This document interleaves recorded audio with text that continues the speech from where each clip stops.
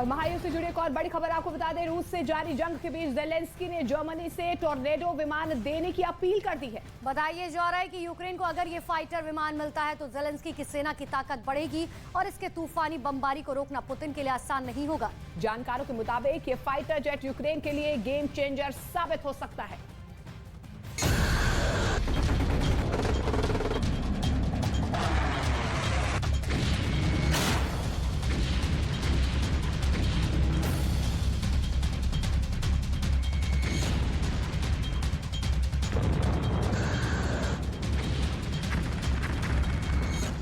ग्यारह महीने से रूस और यूक्रेन के बीच जारी जंग के दौरान दुनिया इस जंग से जुड़े कुछ अजब पहलू देख रही है।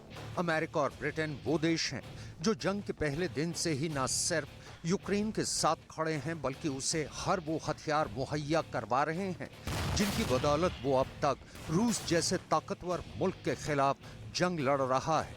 लेकिन अब यूरोप के एक ऐसे देश ने खुलकर यूक्रेन का साथ देना शुरू कर दिया है जो जंग की शुरुआत में यूक्रेन की मदद करने से हिचकिचा रहा था, और ये देश है जर्मनी। जैसे ही जर्मनी ने रूस के खिलाफ यूक्रेन की मदद करनी शुरू की है, वैसे ही मैदान जंग में रूस की फौज की परेशानियां भी बढ़ने लगी हैं।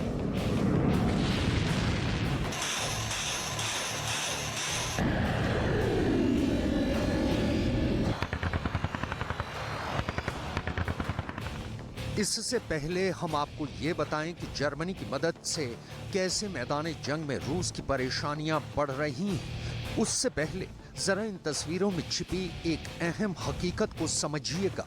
खुले आसमान में परवाज भरता और खतरनाक मैन्यूवर दिखाता ये जर्मनी का टॉर्नेडो फाइटर जेट है।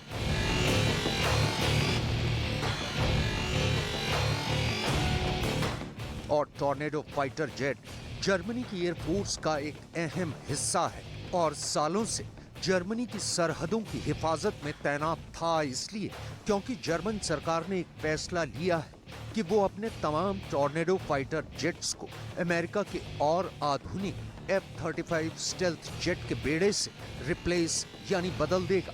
फिलहाल जर्मनी के पास 93 टॉर्नेडो फाइटर जेट हैं।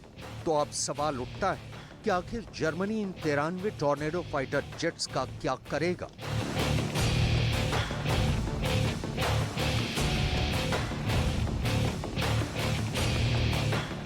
इस सवाल का जवाब यूक्रेन के उप विदेश मंत्री एंड्री मेलेनिक ने जर्मनी से एक अपील की शक्ल में दिया है।